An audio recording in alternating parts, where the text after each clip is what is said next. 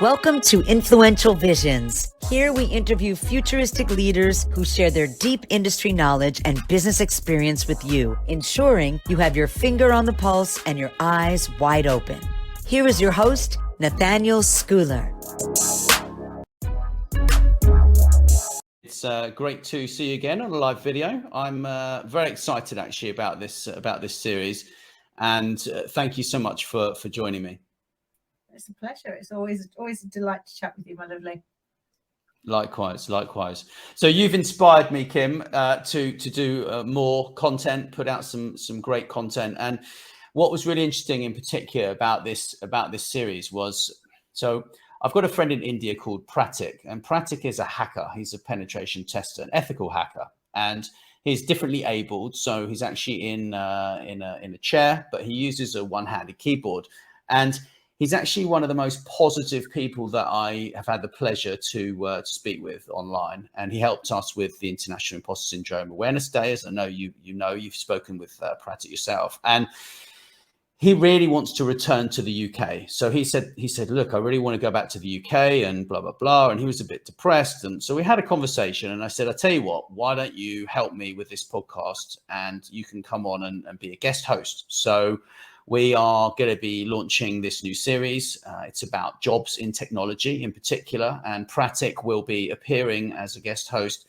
and he'll be interviewing the CEO of BRIM, which is the Business Resilience International Management Company, and they are rolling out cyber resilience centres within the UK in partnership with the government and all 43 regional police forces, and lots of small businesses and large businesses too. So we are really excited. I'm really excited. And, we're going to be covering gaming, Internet of Things, I think, blockchain, all sorts of different things. We've got an episode coming up with sales and marketing, jobs around that as well.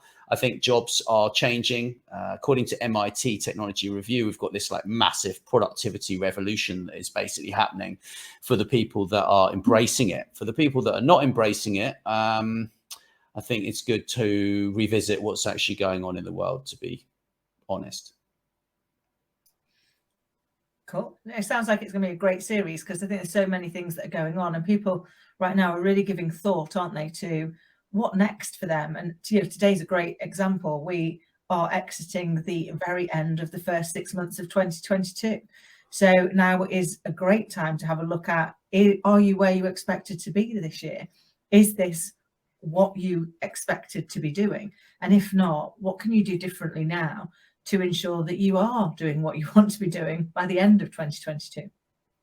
Yeah, very, very true. And, having a coach, having a mentor, having the right business partners, friends, colleagues is just so important. And I think people actually underestimate the importance of that, and also underestimate the importance of having a vision and a goal and a plan. And you've made me aware of the importance of these things, despite the fact that my dad was Britain's leading business expert in the 1980s around corporate planning. And he shouted at me about having a plan and a 10-year plan. And I never listened to a word he said well, I listened, but I didn't do anything. And I think there are many, many people who will listen to this and think, well, I kind of have a plan, but actually everyone has a plan until they get, I'm not going to say it, but kicked in the whatever, right? And it happens. Disruption is everywhere, in particular in jobs, and I know you've run a recruitment company in the past as an interim CEO, I think, or chief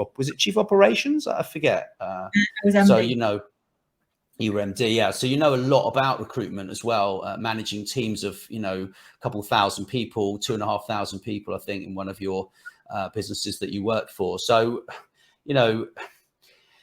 This is something that continued professional development, I can't stress enough how important that is as well. And, I'm really excited about the information that is going to be downloaded from this sort of 10 to 15 part series, to be honest.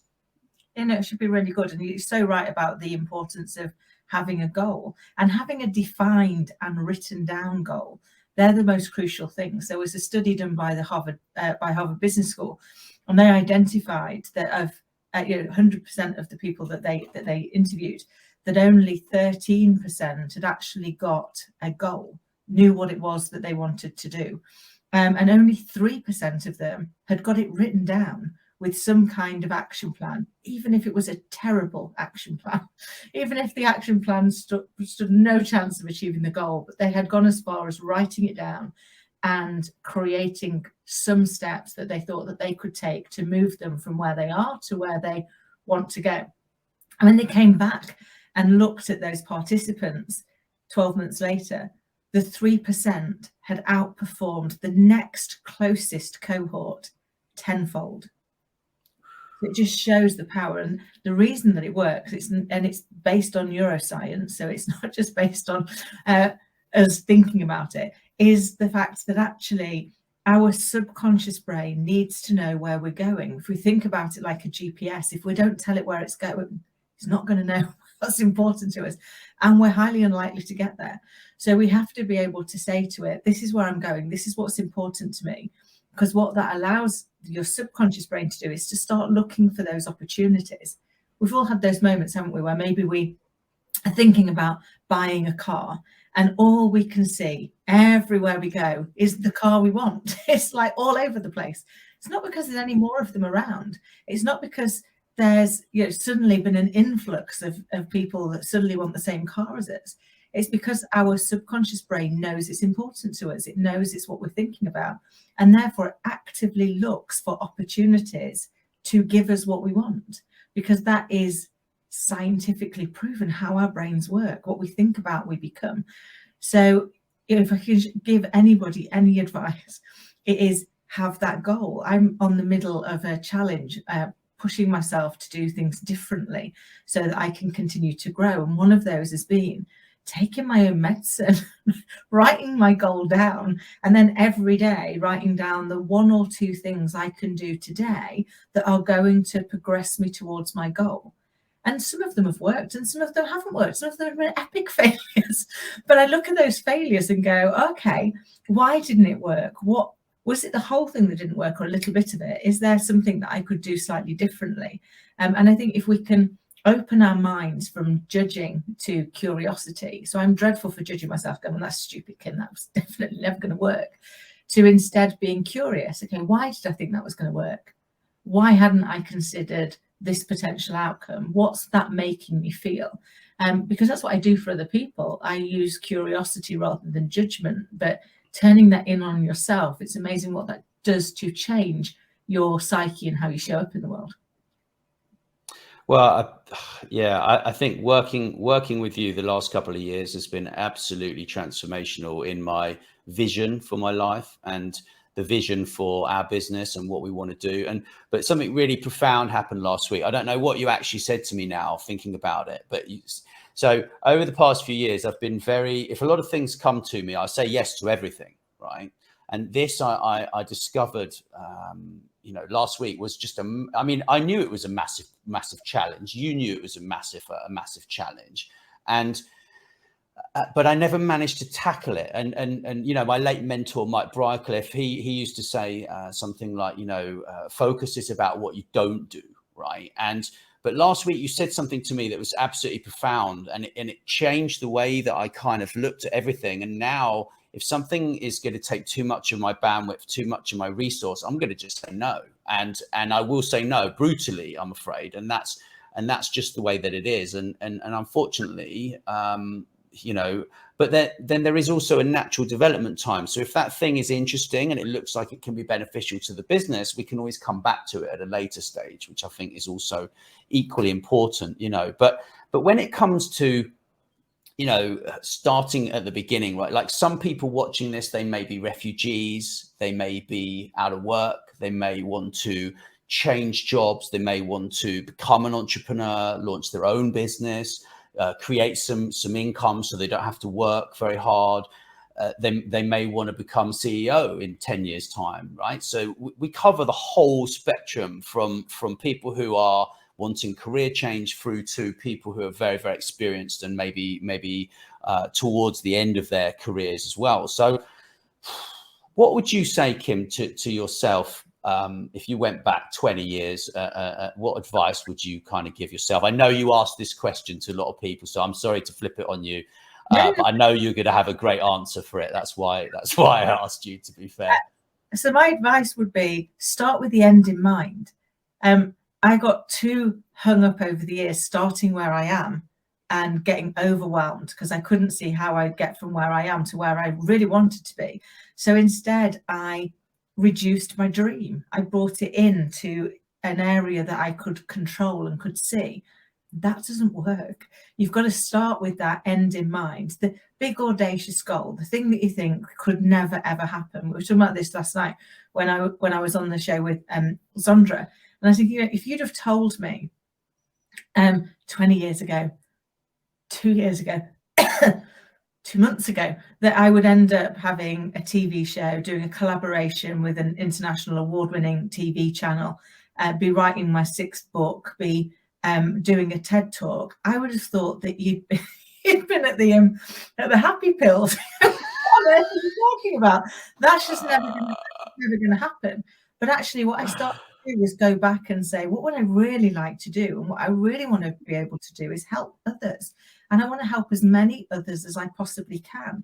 So that means having to put yourself out there, having to do things like this, come out and say to people, actually, over the last 30 years, growing businesses, helping them to double in size, helping them to become more profitable, helping them to lead through challenging times without damaging their people, has taught me quite a lot of stuff. It's taught me things that are valuable to anybody else that is facing one of those challenges. But if I don't tell anybody, then I can't help anybody. And we're living in a world where there is so much information, there is so much out there that we can consume. We haven't got time to consume it all.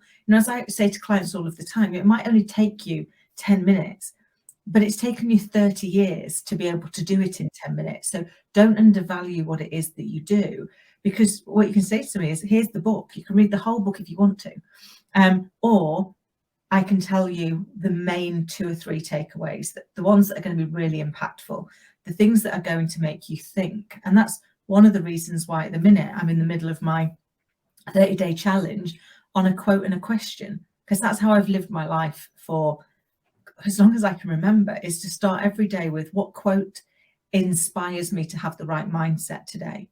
And then what question does that make me think? What question is that going to get me to get my brain thinking? And sometimes those questions can be the thing that absolutely unlocks us. One question I often ask clients is, what's the question you wouldn't like me to ask? Oof. Because just in doing that makes them think of the question. When they think of the question, they now need to start thinking of the answer. What they've done is they've actually encouraged their subconscious brain to start thinking about how to fix it. So never underestimate the power of questions. Always start with the end in sight and believe in yourself. Every single one of us has survived 100% of the challenges life's thrown at us so far. That's one heck of a batting average. Yeah, absolutely. You've said that a lot actually over the past couple of years, and it rings true, and we're at such an interesting time in history right now. And, all we need really is the right directions to actually get to where we want to get to. And whether that's, with a coach who's able to mentor you because they've actually been where you've been, or they know about something, say you want to become a great CEO, how are you going to become a great CEO, in my opinion, without actually talking to someone that's got specific knowledge in that area, And I think the more specific you are with what you want, the better it is. And I know about this perfect day process that I've been really into, right? And I kind of, and that has become a yearly, almost bi-yearly process for me. So I write down my perfect day, and I got that from Jonathan Chase, Britain's leading hypnotist, and he borrowed it from someone else, but I made it my own by like adding in some extra things from a couple of books that I read, and I focus on the 90% of my life that I'm really, really happy with, and I absolutely adore working with you. And I'm loving creating this series, interviewing some amazing people. And I know you'll be involved with some of the episodes, but you're running your own shows, right? But this will be on Zondra TV as well, I think, hopefully. And, on all the major channels as well. And Yeah. Thanks so much, everyone, for listening. And thank you again, Kim, for being just epic. Yeah. And this is what people need, a coach. Thanks very much for listening to Influential Visions. Please make sure you share this episode with your friends and business connections. And don't forget to drop us a review wherever you listen. Thanks.